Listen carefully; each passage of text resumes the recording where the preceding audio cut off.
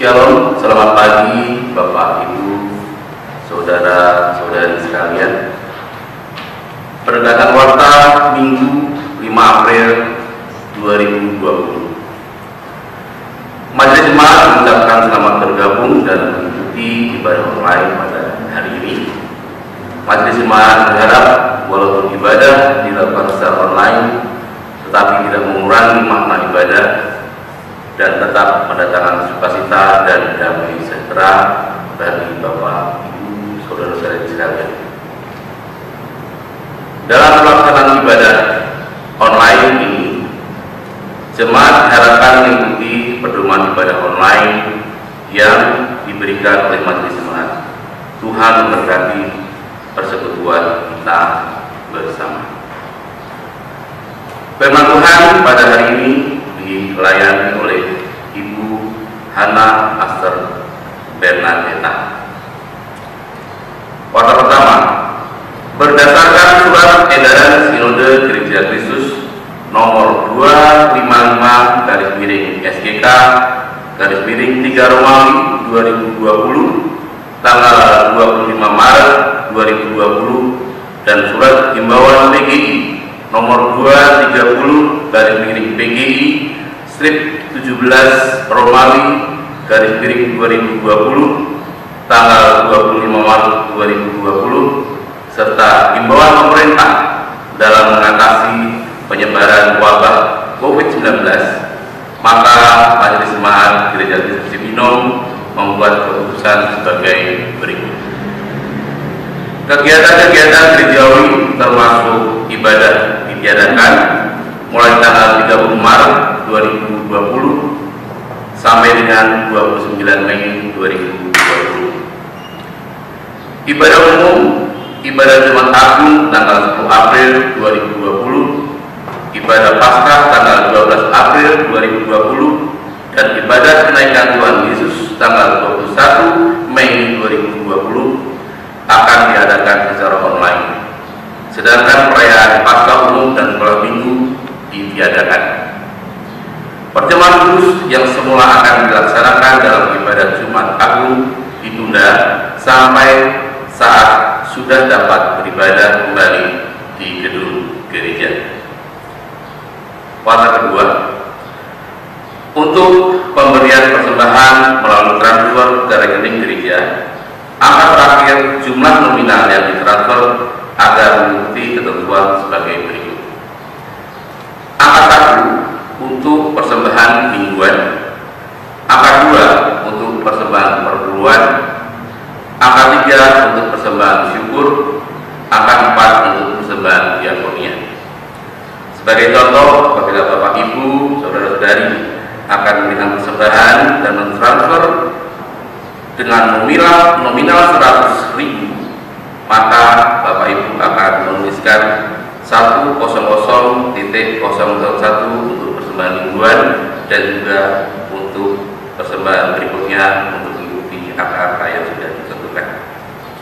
3. Aksi puasa dan penyangkalan diri akan berakhir pada tanggal 11 April 2020. Bagi jemaat yang sudah mengumpulkan uang dari aksi tersebut, dimohon dananya ditransfer ke rekening gereja dengan kode angka terakhir jumlah nominal yang ditransfer adalah angka 4. Pada hari Paskah tanggal 12 April 2020 atau setelah tanggal tersebut, dana yang terkumpul selanjutnya akan disalurkan bagian diakonia ke jemaat gereja Kristus Cibinong yang terkena dampak wabah COVID-19 dan untuk pelayanan diakonia lainnya. Sekian perkataan warta jemaat. Atas perhatian Majelis Jemaat mengucapkan terima kasih.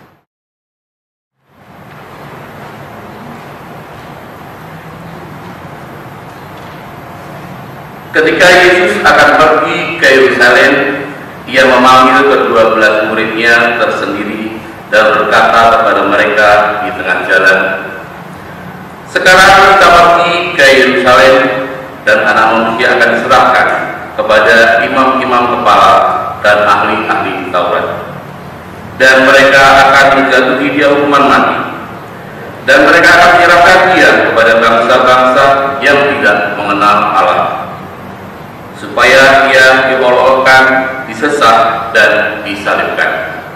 Dan pada hari ketiga ia akan dibangkitkan.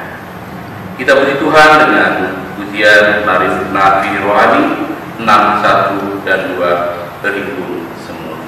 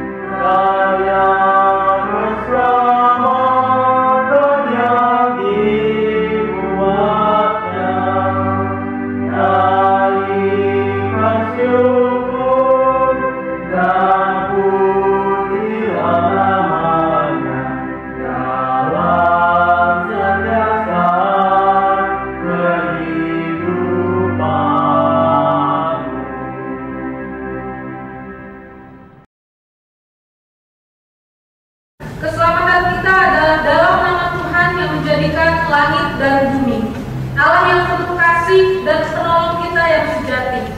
Kasih setianya kekal sampai selama-lamanya. Amin. Kasih karunia dan damai sejahtera dari Allah Bapa kita dan dari Tuhan Yesus Kristus menyertai saudara sekalian. Juga menyertai saudara.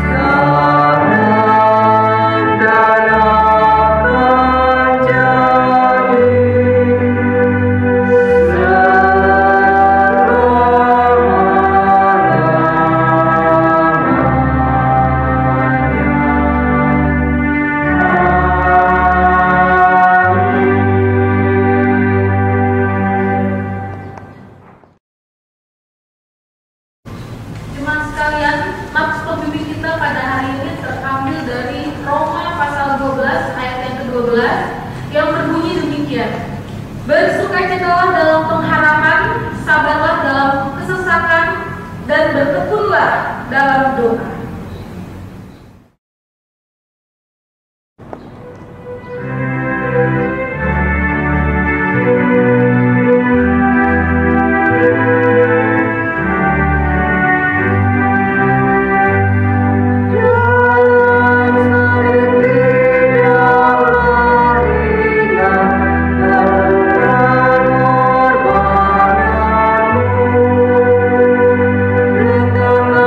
Terima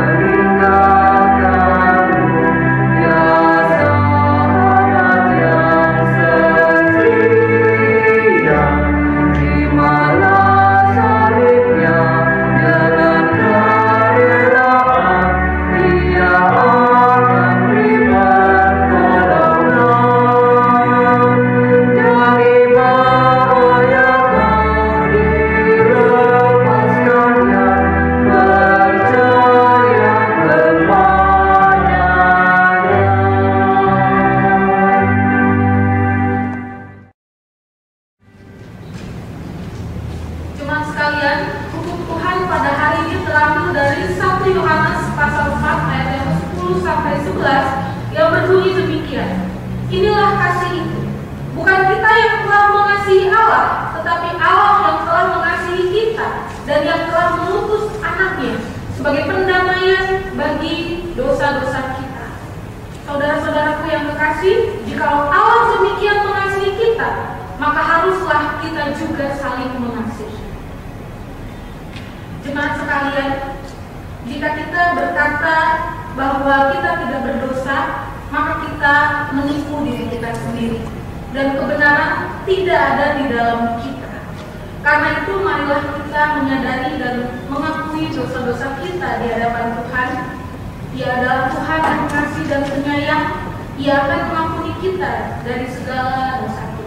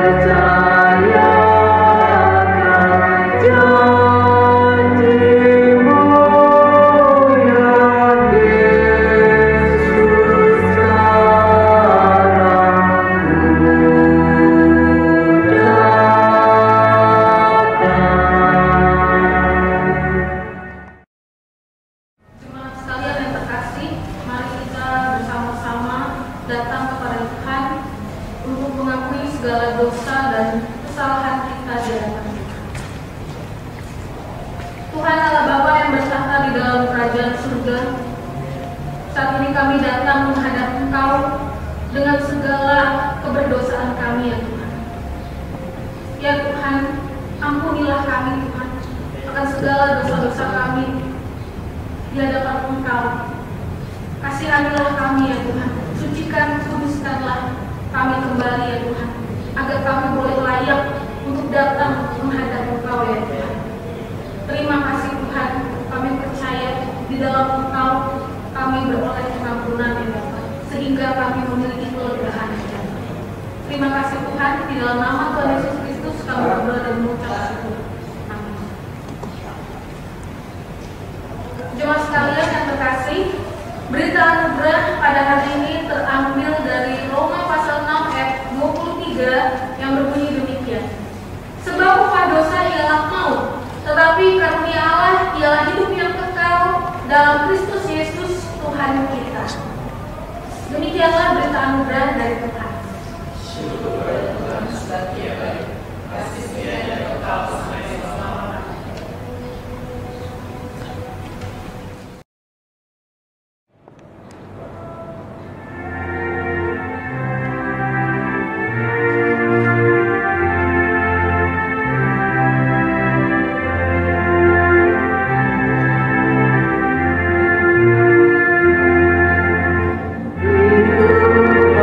Yesus pada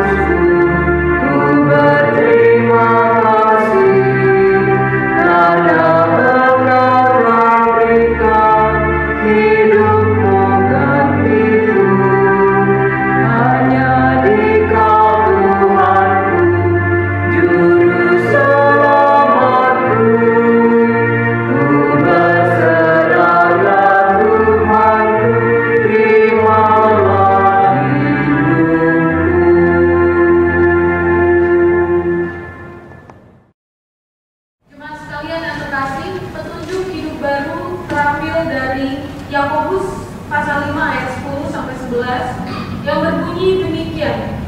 Saudara-saudara, turutilah teladan penderitaan dan kesabaran para nabi yang telah berbicara demi nama Tuhan. Sesungguhnya kami menyebut mereka berbahagia, yaitu mereka yang telah bertekun.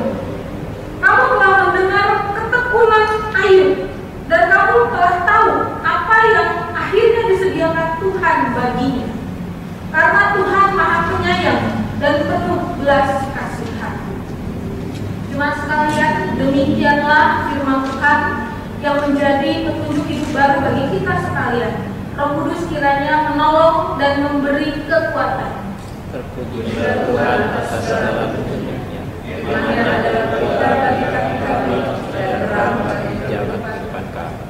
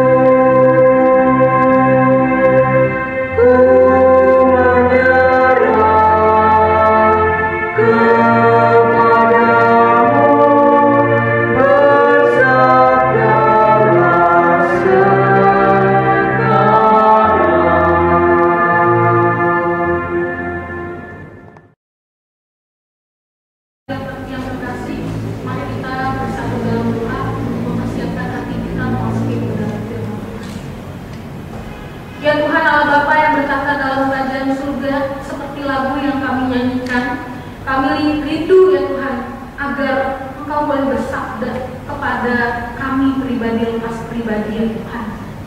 Ya Tuhan, mungkin ada di antara kami yang datang dengan pergumulan, dengan beban, dengan persoalan. Kami mohon biarlah Tuhan boleh menggantikannya dengan penghiburan dan sukacita daripada Engkau saja, sehingga kami dapat fokus pada kebenaran firman-Mu ya Tuhan. Ya Tuhan, kami juga berdoa, berkatilah hamba-Mu yang menyampaikannya ya Bapa. Terima kasih Tuhan, kiranya Engkau yang berkuasa ya Bapa atas hati dan pikiran kami ya Tuhan. Terima kasih Tuhan, dalam nama Yesus kami berdoa dan mengucap syukur. Amin. Pembacaan firman Tuhan pada hari ini terambil dari kitab Matius pasal ke-27 ayat 11 sampai 31.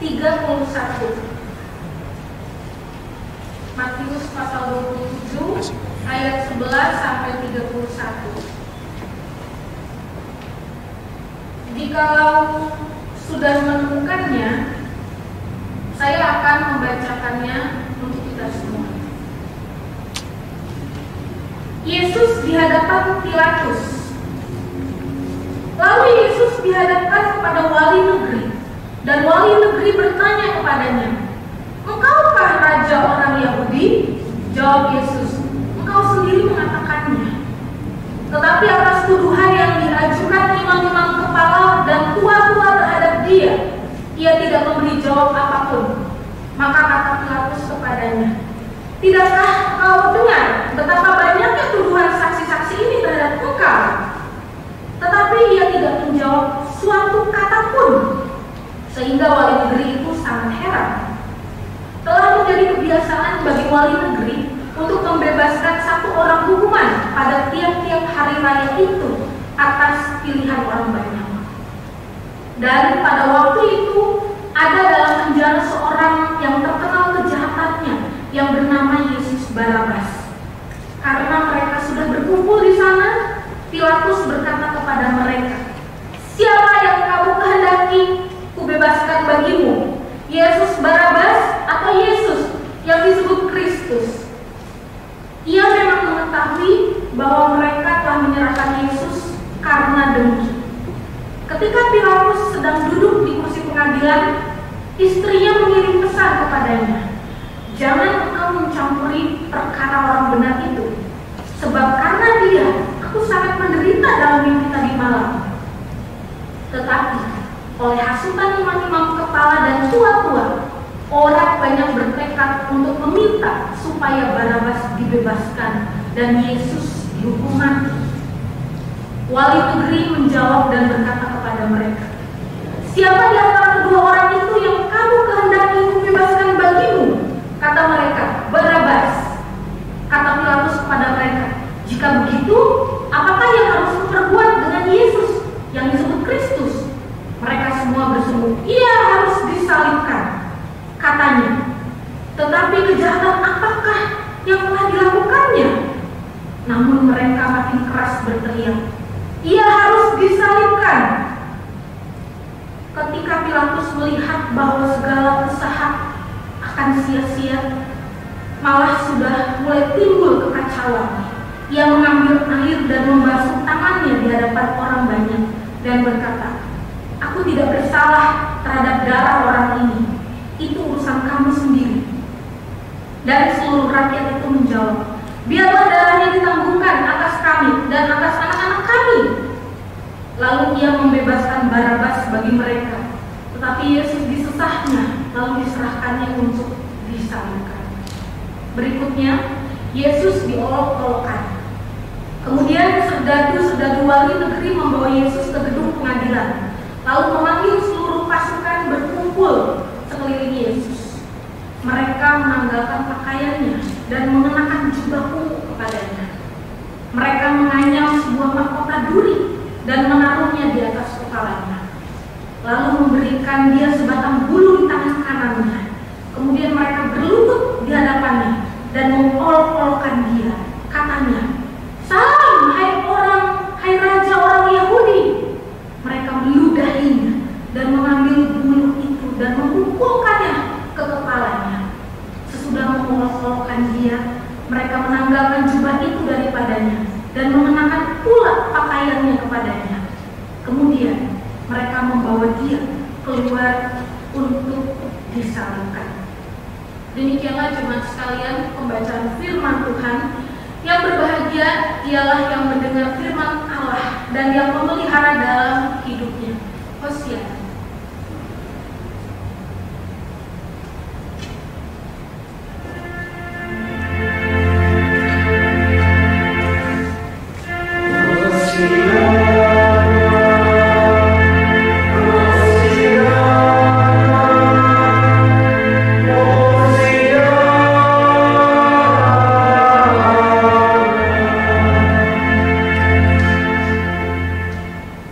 Shalom Bapak Ibu Saudara tidak memungkinkan untuk melaksanakan ibadah di gedung gereja seperti di waktu-waktu sebelumnya. Dikarenakan kondisi kita saat ini terjadi perkembangan dari penyebaran virus corona yang semakin masif dan meluas. Oleh karena itu, kita sebagai warga negara yang baik, kita harus mendukung pemerintah kita untuk menekan penyebaran virus corona ini. Bapak Ibu Saudara yang terkasih, salah satu yang dapat kita lakukan untuk mendukung pemerintah kita adalah dengan kita melakukan ibadah di rumah kita masing-masing.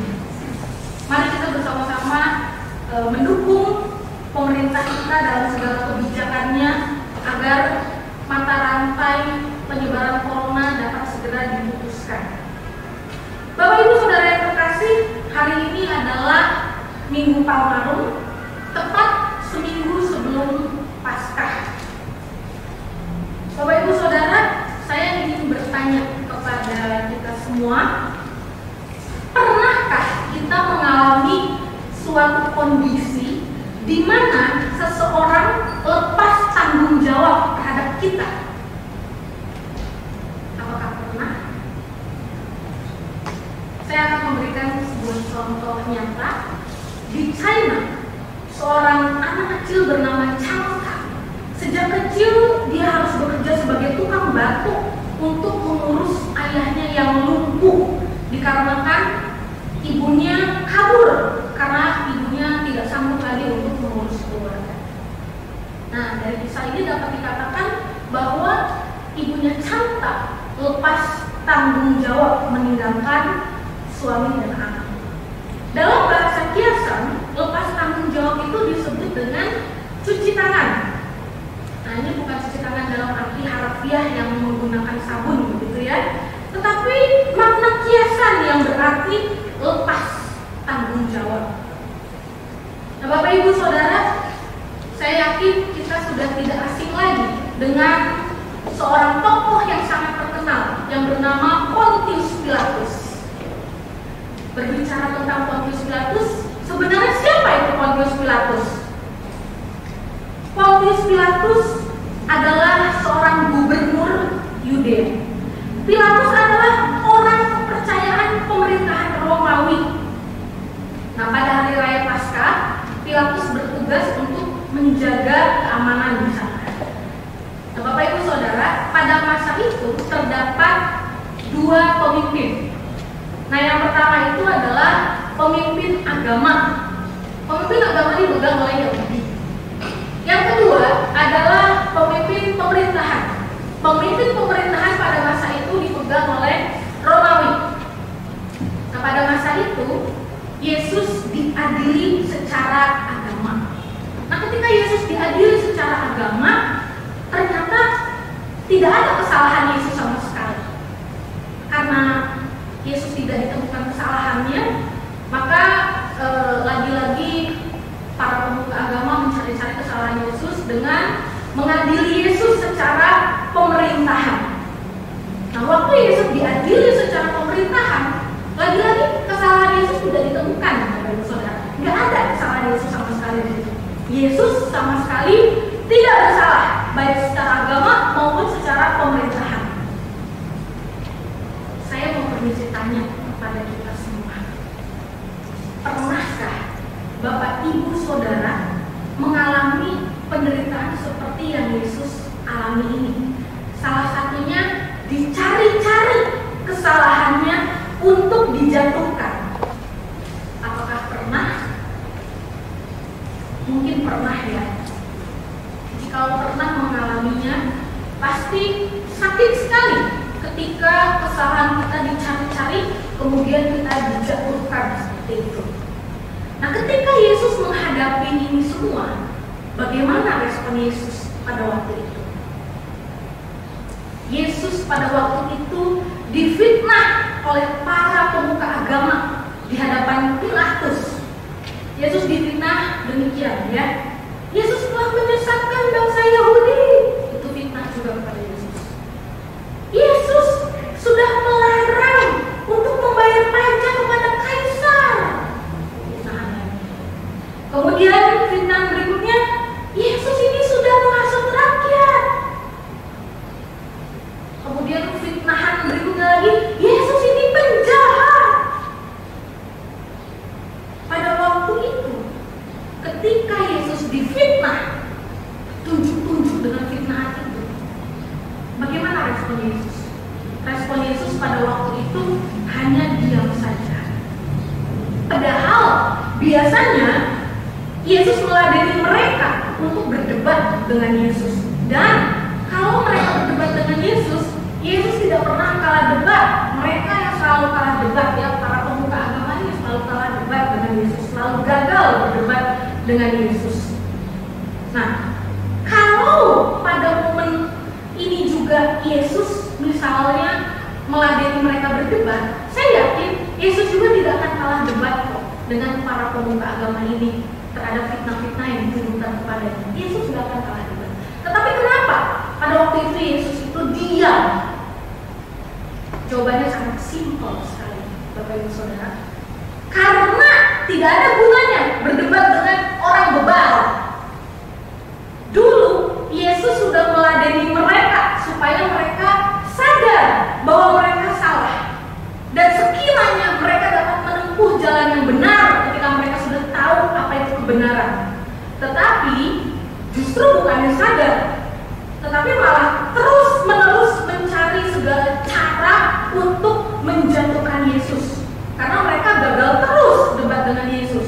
Mereka malah terus cari-cari cara gimana caranya jatuhin orang ini. Itu yang mereka lakukan. Bapak Ibu Saudara, Yesus sudah alami hal ini. Mungkin di antara kita ada yang mengalaminya atau pernah mengalaminya. Mungkin kita pernah ya menjadi jengkel dan gondok ketika berdebat dengan orang bebal. Ada waktunya orang bebal itu diladeni, tapi meladeninya juga harus dengan hikmat seperti Tuhan Yesus, bukan dengan emosi. Nah, ada waktunya juga orang bebal itu tidak perlu diladeni, dicuekin saja, karena tidak ada gunanya bukan berdebat dengan orang bebal, membuang waktu, membuang tenaga, membuang energi. Bapak Ibu Saudara yang terkasih, pada waktu itu terdapat suatu tradisi pembebasan tahanan pada hari raya Paskah. Tradisi ini bukanlah tradisi yang alkitabiah. John Calvin, seorang reformator, mengatakan bahwa tradisi ini adalah kebiasaan jelek karena Tuhan tidak pernah mengajarkan untuk merayakan hari raya Paskah dengan membebaskan orang jahat yang memang seharusnya dihukum. Bapak Ibu Saudara, Pontius Pilatus itu bukan orang yang mengenal Tuhan, bukan orang yang hidup di dalam Tuhan, juga bukan orang yang takut akan Tuhan. Coba mari kita bayangkan orang seperti ini ikut campur dalam menentukan kebijakan Paskah. Apa jadinya? Akibatnya hari raya Paskah dirayakan dengan cara yang salah. Demikian juga pada zaman ini, Bapak Ibu Saudara. Orang yang tidak takut akan Tuhan, jika dipercayakan atas kebijakan-kebijakan gereja, maka akan kacau. Sebagai contoh nyata, dalam berita harian kompas.com, seorang hamba Tuhan berlutut minta ampun atas kebijakannya mengadakan ibadah di gerejanya, sehingga terjadi penularan virus corona. Akhirnya ia dijerat pasal pembunuhan oleh pemerintah setempat. Saya yakin kita semua sudah mendengar berita ini. Kemudian di berbagai media sosial begitu viral ya, beberapa hamba Tuhan terkenal mengajarkan agar di tengah wabah corona ini kita tetap beribadah di gedung gereja. Kita harus lebih takut kepada Allah daripada kepada virus corona. Begitu katanya. Akhirnya ribuan jemaat banyak yang keliru. Sebagai hamba Tuhan seharusnya memberikan pengertian kepada jemaat bahwa Tuhan sudah memberikan kita ini hikmat untuk bersama-sama memutuskan penyebaran virus corona. Bagaimana caranya? Yaitu tetap beribadah, tapi beribadahnya untuk sementara waktu tidak di gedung gereja dulu. Sementara waktu beribadahnya di rumah masing-masing sampai wabah virus corona ini dapat diatasi sampai ke akar-akarnya. Baru setelah itu beribadah lagi di gedung gereja. Bapak Ibu Saudara yang terkasih, pada masa perjanjian lama ada masa di mana Paskah itu dirayakan di rumah masing-masing supaya tidak kena tulah. Nah, Bapak Ibu Saudara, mari kita bersama-sama belajar berhikmat dalam mengimani ajaran firman Tuhan. Anselmus, seorang uskup dari Canterbury, itu terkenal dengan pemikirannya. Ya, dalam bahasa Latin itu dikatakan fides querens intellectum, yang artinya adalah faith seeking understanding. Nah, maksudnya adalah di dalam iman itu harus ada hikmat dan pengertian. Jangan sampai hanya menggunakan emosi sesaat dan perasaan saja ketika beriman. Logika kita itu tetap harus jalan. Karena apa? Logika kita itu kan pemberian Tuhan. Tuhan yang ciptakan untuk kita gunakan. Nah, contoh, saya ingin memberikan contoh yang sangat simpel seperti ini ya Bapak Ibu Saudara. Misalnya nih, kita nih ada keperluan ya, kita harus menyeberang jalan. Nah, kebetulan waktu kita hendak menyeberang jalan, kereta api sedang melintas di depan kita. Apa yang kita lakukan ketika kereta api melintas di depan kita? Apakah kita tetap menyeberang sambil berdoa, dalam nama Yesus aku tidak akan tertabrak? Ataukah kita tunggu dulu sejenak sampai kereta api berhenti melintas, baru kita menyeberang dengan aman? Mana yang kita pilih Bapak Ibu Saudara? Saya yakin ya, kita memilih yang terbaik. Kita ingin menyeberang dengan aman. Kita tunggu keretanya berhenti sampai selesai melintas, baru kita seberang dengan aman. Nah, Bapak Ibu Saudara, itulah logika yang Tuhan berikan kepada kita untuk menolong kita dalam kehidupan kita sehari-hari. Nah, namun di satu sisi iman juga harus jalan, ya. Tidak boleh hanya mengagungkan logika, tidak boleh, ya. Iman itu harus jalan. Imanlah yang menjadi dasarnya sebetulnya. Iman kita tetap jalan dengan mempercayai bahwa kuasa Tuhan itu tidak terbatas. Contoh, waktu Tuhan Yesus menyembuhkan orang yang sakit kusta, itu disembuhkannya itu dengan kuasa Tuhan Yesus, ya. Itu mujizat yang Tuhan Yesus lakukan. Kita harus percaya dengan hal itu. Kita harus percaya bahwa kuasa Yesus itu tidak terbatas. Kalau Tuhan mau, Dia akan lakukan mujizat-mujizatnya. Kalau Tuhan mau. Dan ingat, kita tidak bisa memaksa-maksa Tuhan untuk melakukan mujizatnya bagi kita. Kita juga gak bisa ngatur-ngatur Tuhan untuk melakukan mujizatnya bagi kita. Kita harus menghormati Tuhan, karena Tuhan itu adalah Raja di atas segala raja. Tuhan bukan pembantu kita yang bisa kita perintah-perintah. Bapak Ibu Saudara, Tuhan juga bisa menyembuhkan kita melalui para medis, ya. Tadi mujizat, dan sekarang para medis bisa, para medis, obat-obatan dan sebagainya. Nah, di sini Anselmus mengajarkan kita bahwa iman kita akan membawa kita kepada pengertian yang benar, bukan iman yang buta, iman yang percaya asal percaya, atau percaya karena terbawa emosi dan perasaan saja. Bukan yang seperti itu. Tetapi iman kita akan membawa kita kepada pengertian. Itu yang diajarkan, yang sesuai dengan kebenaran firman Tuhan. Iman akan membawa kita kepada pengertian, bukan iman yang buta, bukan iman yang percaya asal percaya. Nah, berikutnya Bapak Ibu Saudara, akhirnya Pontius Pilatus menyerahkan Yesus kepada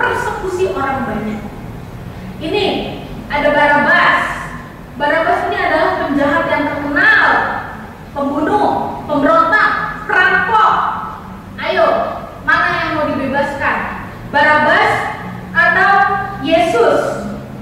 Orang banyak berteriak, bebaskan Barabas. Pontius Pilatus bilang, tapi Yesus ini gak ada salahnya. Begitu. Orang banyak semakin berteriak dengan gemuruh yang lebih keras lagi. Salibkan dia, dia harus disalibkan. Bapak Ibu Saudara, kalau sudah persekusi, itu suasana itu pasti akan semakin kacau.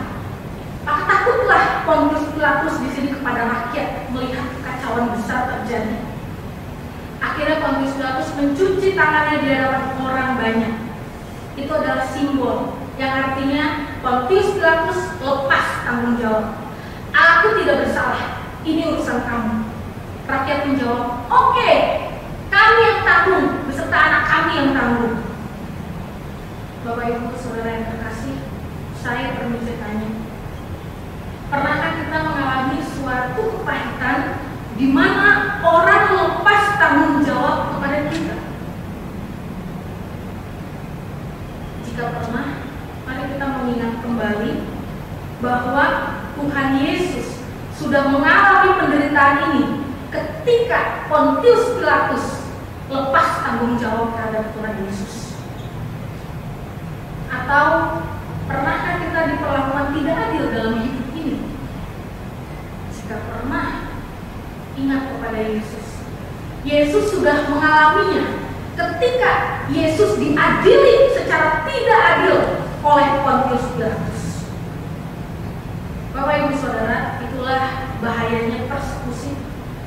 Orang-orang yang gampang dihasut itu akan dipengaruhi untuk membenci dan dendam kepada seseorang. Pada zaman ini berita-berita gampang sekali viral ya melalui media sosial. Luar biasa. Media sosial itu betul-betul dapat memviralkan berbagai berita. Kita harus hati-hati dengan berita hoax yang banyak menyebar pada zaman ini. Sebelum kita tahu betul kebenarannya, kita harus cek dulu. Jangan sampai emosi kita dipermainkan seseorang sehingga kita digunakan dan dimanfaatkan untuk membenci orang lain. Kita juga ya, orang lain juga dirugikan dengan hal ini. Nah, akhirnya Yesus di sini disiksa dan diserahkan untuk disalibkan. Nah, sementara salib disiapkan, Yesus ini ada di tangan para tentara Romawi. Di situ Yesus diejek, Yesus dipermainkan habis-habisan. Baju Yesus dibuka, lalu habis itu dipakaikan jubah ungu. Nah, kalau dalam terjemahan di International Version NIV itu bukan ungu dibilangnya ya, tapi dibilangnya warnanya itu scarlet, jubahnya itu scarlet. Nah, scarlet itu warna yang seperti apa? Scarlet itu warna yang mendekati ungu, tapi bukan ungu. Warna itu antara merah tua sampai biru tua, kurang lebih seperti itu. Nah, karena begini, pada masa itu jubah ungu adalah kain yang sangat mahal dan hanya orang mingrat atau orang kaya yang dapat memilikinya. Nah, jadi tidak mungkin tentara Romawi itu memakaikan jubah ungu kepada Tuhan Yesus. Nah, setelah Yesus dipakaikan jubah, lalu jubahnya dilepas lagi, dipakaikan pakaian yang semula. Bolak-balik Tuhan Yesus itu dipermainkan oleh tentara Romawi. Lalu kepalanya itu dipakaikan mahkota duri, lalu dipukul pakai sebatang bulu seperti itu ya. Yesus diejek. Mereka pura-pura berlutut sambil mereka bilang, "Salam hai engkau raja orang Yahudi." Yesus dihina, diludahi. Dapat dikatakan bahwa pada waktu itu Yesus dibully habis-habisan, mentalnya disakiti habis-habisan. Bapak Ibu Saudara yang terkasih, permisi tanya, apakah kita pernah dibully? Mungkin itu dibully di sekolah, di kantor, atau mungkin juga dibully dalam keluarga. Yesus pernah merasakan seperti apa sakitnya dibully. Yesus pernah merasakan seperti apa sakitnya diejek, ditertawai, dipermainkan. Yesus juga sangat memahami dan merasakan penderitaan setiap orang-orang yang dibully. Bullying gangguan mental yang luar biasa. Beberapa waktu belakangan ini banyak kasus bunuh diri akibat bullying. Kasus bullying ini seringkali dianggap remeh, padahal sebenarnya ini adalah kasus besar. Kita yang sudah tahu bahwa bullying sangat berbahaya, maka kita jangan ikut serta untuk melakukannya. Kita juga bahkan perlu ikut serta menaruh kepedulian menolak bullying. Nah, Bapak Ibu Saudara, sebagai pertanyaan akhir dari penjelasan ini semua, mengapa Yesus menderita dan mati? Nah, hal ini dirangkum dalam 3 hal. Yang pertama, untuk menanggung murka Allah. Yohanes 3 ayat 16 mengatakan, karena begitu besar kasih Allah akan dunia ini, sehingga Ia telah mengaruniakan anaknya yang tunggal, supaya setiap orang yang percaya kepadanya tidak binasa, melainkan beroleh hidup yang kekal. Kemudian dalam Roma 3 ayat 23 dikatakan, karena semua orang telah berbuat dosa dan telah kehilangan kemuliaan Allah. Bapak Ibu Saudara, Allah itu kasih sekaligus adil kepada kita semua. Kasih dan keadilannya ini berjalan secara bersamaan. Tetapi bukan berarti Allah menjadi tidak tegas terhadap dosa. Roma 6 ayat 23 mengatakan, sebab upah dosa ialah maut, tetapi karunia Allah ialah hidup yang kekal dalam Kristus Yesus Tuhan kita. Dosa mengakibatkan kutuk, sehingga manusia akan binasa. Manusia tidak dapat menyelamatkan dirinya sendiri dari kutuk dosa. Kutuk dosa membuat Allah murka kepada manusia. Kutuk dosa membuat hubungan antara Allah dan manusia menjadi rusak, hubungannya menjadi hancur. Bapak Ibu Saudara yang terkasih, John Piper dalam bukunya The Passion of Jesus Christ mengatakan bahwa murka Allah diredakan karena telah disediakan pengganti yang setimpal untuk menanggung murka tersebut, yaitu Yesus Kristus. John Piper menyebut Yesus Kristus ini sebagai propisiasi, yang artinya adalah jalan pendamaian. Yesus Kristus adalah jalan pendamaian. Bapak Ibu Saudara yang terkasih, Allah tahu bahwa kita ini tidak berdaya terhadap kutuk dosa. Oleh karena itu Tuhan Yesus turun ke dunia ini untuk mencari orang-orang berdosa. Saya dan saudara, kita semua orang-orang berdosa. Dia datang untuk menanggung murka Allah melalui karya penebusan di atas kayu salib, sehingga kita yang percaya sungguh-sungguh kepadanya tidak binasa dalam ganasnya neraka, tetapi beroleh hidup yang kekal bersama Bapa di surga. Di sini saya mau tekankan, Yesus menyelamatkan orang yang sungguh-sungguh percaya kepada Kristus, bukan orang yang percayanya main-main atau yang percayanya cuma ikut-ikutan kepada Tuhan Yesus. Bukan. Percaya Yesus itu tidak semudah yang kita bayangkan itu, bukan sesimpel yang kita bayangkan itu. Percaya sungguh-sungguh itu seperti apa? Percaya sungguh-sungguh artinya adalah percaya di hati dan percaya di mulut bahwa Yesus Kristus adalah juru selamat pribadi kita yang telah mati di atas kayu salib menebus dosa-dosa kita dan telah bangkit dari antara orang mati sebagai kemenangan atas kuasa maut. Itu percaya sungguh-sungguh, percaya di hati, percaya di mulut, berani mengaku di hati, berani mengaku di mulut Yesus sebagai juru selamat pribadi kita yang sudah tebus dosa-dosa kita, yang sudah bangkit dari antara orang mati. Berikutnya, yang kedua adalah sebagai teladan ketaatan di tengah penderitaan. Bapak Ibu Saudara terkasih, Yesus Kristus di sini menunjukkan ketaatannya kepada Bapa di surga, sekalipun Ia mengalami penderitaan yang luar biasa. Meskipun Yesus adalah anak Allah, tapi Yesus juga adalah manusia sejati. Manusia sejati yang merasakan segala pencobaan, merasakan kesusahan, merasakan kelemahan fisik seperti yang kita alami. Yesus pernah merasa lapar, Yesus pernah marah, sakit, terutama ketika dia disiksa habis-habisan menjelang penyaliban. Segala duka dan deritanya manusia, Kristus sudah mengalaminya ketika dia di dunia ini. Di dalam segala penderitaan Kristus, ia menunjukkannya ketaatannya kepada Bapa di surga. Sama sekali Yesus Kristus tidak berbuat dosa di tengah penderitaannya. Mungkin saat ini kita juga di antara kita mungkin ada yang sedang mengalami penderitaan. Di tengah-tengah wabah virus corona, ada banyak orang-orang yang bekerja di sektor informal mengalami penurunan ekonomi yang begitu drastis. Ojol atau ojek online, saya termasuk pelanggan ojek online. Mereka bilang, aduh ini mah turun, biasanya banyak, orderannya sekarang turun. Ojek pangkalan, opang juga sama, mengalami penurunan ekonomi. Taksi atau mobil online juga sama, mengalami penurunan ekonomi. Mereka juga bilang, aduh biasanya mah rame, tapi sekarang sudah turun orderannya. Kemudian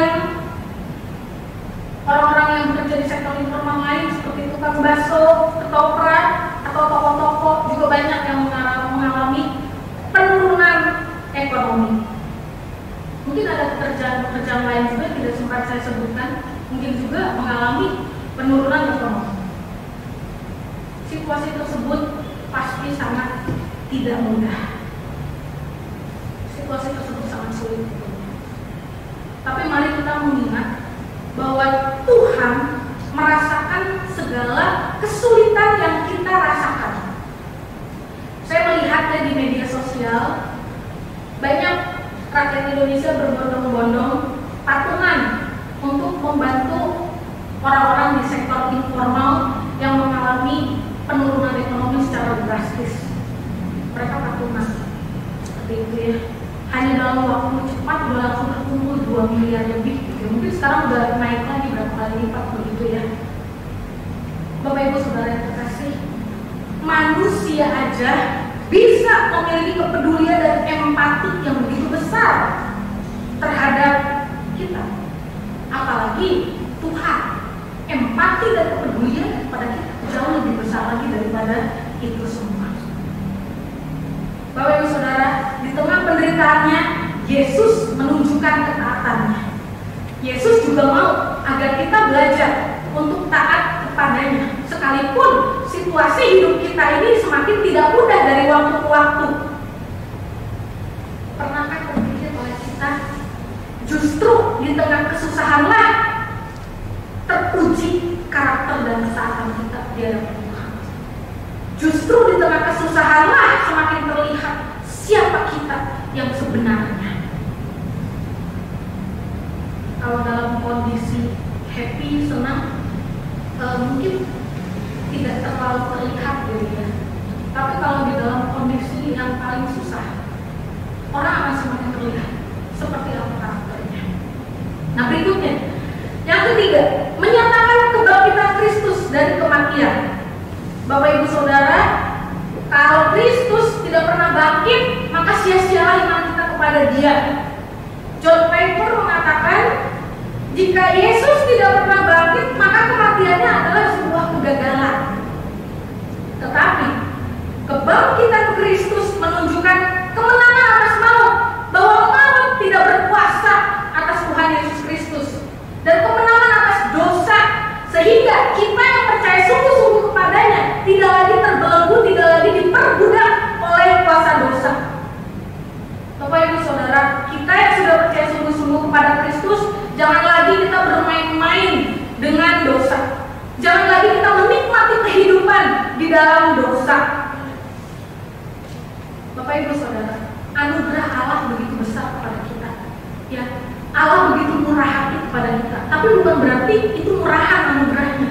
Enggak, Bapak Ibu Saudara, itu anugerah yang mahal sekali yang diberikan secara cuma-cuma kepada kita. Jangan kita permainkan. Allah tidak membiarkan dirinya dipermainkan. Dalam kitab Galatia ditegaskan bahwa Allah tidak pernah membiarkan dirinya dipermainkan. Apa yang ditabur manusia itu juga yang akan dituainya.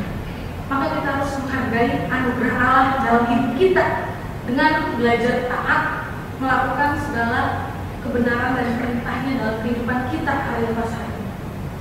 Bapak Ibu Saudara yang terkasih, penderitaan Kristus di kayu salib adalah bukti kasih terbesar bagi kita yang percaya sungguh-sungguh kepadanya. Mari kita hidup seturut dengan anugerahnya. Kiranya hidup kita boleh mencerminkan hidup yang penuh dengan anugerah, hidup di dalam kasih, hidup yang penuh dengan anugerah itu. Hidup tidak lagi di dalam dosa dan tidak lagi hidup di dalam kepahitan dan kebencian. Hidup yang penuh anugerah, hidup yang memancarkan kasih Tuhan dalam kehidupan hari lepas hari, hidup yang menjadi berkat untuk sesama kita. Amin. Bapak Ibu Saudara yang terkasih, saya mengajak kita semua untuk boleh mengambil waktu teduh, untuk boleh menemukan kebenaran firman Tuhan yang tadi sudah kita dengar.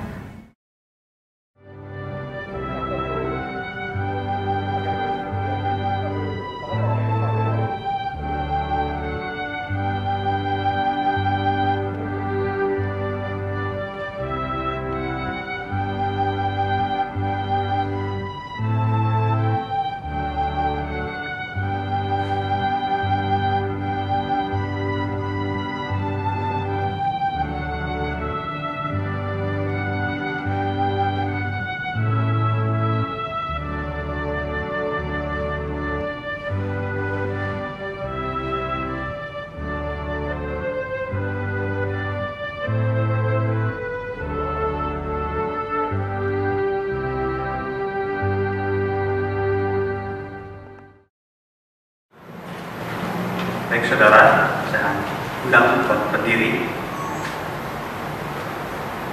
Jemaat yang kasih Tuhan, bersama dengan orang percaya di segala abad dan tempat, dan sesuai dengan pengakuan iman kita pada saat baptisan dan sidi, marilah kita mengikrarkan pengakuan iman kita bersama dengan berkata, aku percaya kepada Allah, Bapa yang Maha Kuasa, Khalik langit dan bumi, dan kepada Yesus Kristus, anaknya yang tunggal Tuhan kita, yang dikandung dari Roh Kudus, lahir dari darah Maria, yang menderita di bawah pemerintahan Pontius Pilatus, disalibkan, mati dan dikuburkan, turun dalam kerajaan maut, pada hari yang ketiga bangkit pula dari antara orang mati, naik ke surga, duduk di sebelah kanan Allah, Bapa yang Maha Kuasa, dan akan datang dari sana untuk menghakimi orang yang hidup dan yang mati.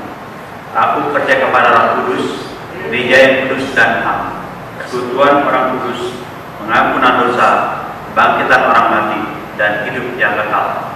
Amin. Bapak Ibu Saudara yang terkasih, mari kita bersatu dalam doa untuk menaikkan doa syafaat kita. Ya Tuhan, saat ini kami datang kepadamu membawa berbagai pergumulan yang ada di kami. Tuhan, kami mohon kiranya Engkau boleh memberkati untuk majelis jemaat di tempat ini, rohaniwan, para penatua, BP bagian-bagian, para koordinator pelayanan, panitia pembangunan, dan para aktivis. Kiranya Engkau berkati agar dapat saling bersinergi satu dengan yang lainnya untuk hormat dan kemuliaan nama Tuhan. Kami juga berdoa ya Tuhan untuk pergumulan jemaat-jemaat kami di tempat ini. Berkatilah jemaat-jemaat kami yang saat ini mungkin bergumul dalam pekerjaan mereka ya Tuhan. Mungkin mereka menghadapi permasalahan, Tuhan yang menolong, memberi hikmat, memberikan jalan keluar. Mungkin juga ada jemaat-jemaat kami yang bergumul sedang mencari pekerjaan. Tuhan tolong berikanlah pekerjaan yang terbaik bagi mereka yang sedang mencari pekerjaan, agar melalui pekerjaan itu mereka dapat mencukupkan segala kebutuhan-kebutuhannya dan memuliakan nama Tuhan. Kami juga berdoa Tuhan, menyerahkan untuk jemaat-jemaat kami yang mungkin berada dalam kekurangan. Biarlah Engkau yang Allah yang murah hati boleh mencukupkan segala keperluan-keperluan mereka. Kami juga berdoa bagi jemaat-jemaat kami yang sakit. Kiranya Engkau boleh sembuhkan mereka yang sakit ya Tuhan. Tuhan yang memberkati mereka, memberikan penghiburan, kekuatan, dan kesembuhan. Kami juga berdoa Tuhan, menyerahkan jemaat-jemaat kami yang bergumul mencari pasangan hidup. Biarlah Tuhan yang mempertemukannya dengan orang yang tepat, yang takut akan Tuhan, yang sesuai dengan kehendak-Mu ya Tuhan.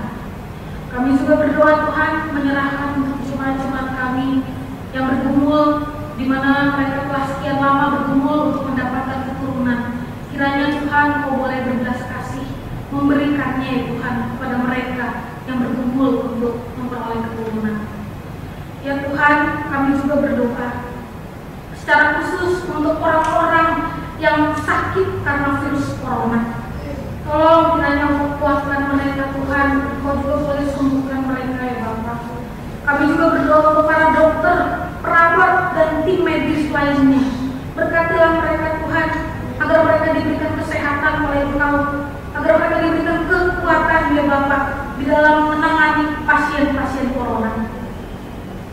Kami juga berdoa ya Tuhan, berkatilah agar kami semua ya Bapak sebagai rakyat Indonesia dapat bahu-membahu untuk mengatasi virus corona sampai kepada akar-akarnya. Kami juga berdoa untuk pemerintah kami, baik pemerintah pusat maupun pemerintah daerah. Dekati mereka agar dapat bersinergi dengan baik ya Tuhan, agar dapat memberikan kebijakan-kebijakan yang terbaik ya Tuhan. Engkau juga yang memberikan mereka kesehatan, memberikan mereka kekuatan di dalam mereka memimpin rakyat yang telah Tuhan percayakan. Pada akhirnya seluruh doa-doa ini Tuhan kami naikkan hanya di dalam nama Tuhan Yesus Kristus yang telah mengajar kami berdoa.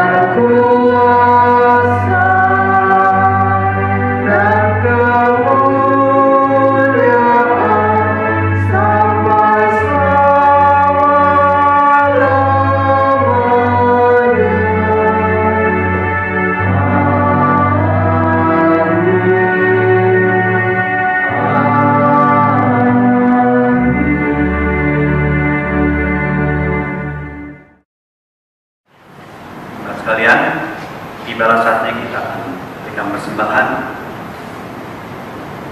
Marilah kita bersama-sama menyerahkan persembahan syukur kita kepada Tuhan dengan dilandasi dari firman Tuhan yang terambil dari Matius 6 ayat 19 sampai 21. Janganlah kamu mengumpulkan harta di bumi, engat dan harap kerusakannya, dan mencuri, membongkar serta mencuri. Tetapi kumpulkanlah bagimu harta di sorga. Di sorga engat dan karat tidak merusakkannya, dan pencuri tidak membongkar serta mencurinya. Karena di mana hartamu berada, di situ juga hatimu berada. Untuk persembahan ibadah online ini, Bapak Ibu, saudara-saudari dapat memasukkan dalam amplop dan dapat diserahkan pada sekretariat gereja atau dapat pula dikumpulkan dan dapat diserahkan pada saat ibadah umum jika nanti ibadah sudah memungkinkan kita lakukan secara bersama-sama. Atau dapat juga transfer ke rekening gereja yang tertera di layar saudara-saudara. Terima kasih. Tuhan memberkati persembahan kita bersama. Mari kita angkat pujian dari Nafiri 173 bait yang pertama.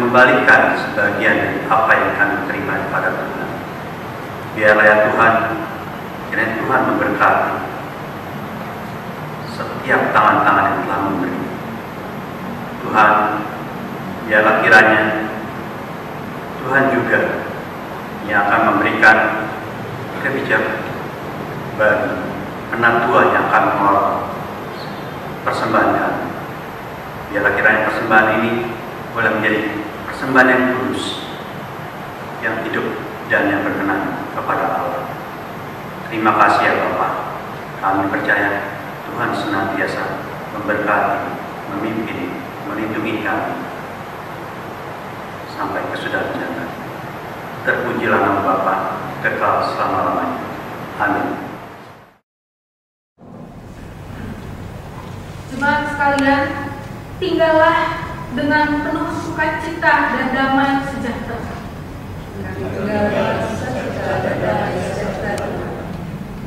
Hiduplah di dalam iman, pengharapan, dan kasih kepada Tuhan. Kami hidup di dalam iman, pengharapan, dan kasih senantiasa. Beritakanlah Injil keselamatan Tuhan. Kami Kami memberitakan Injil Tuhan.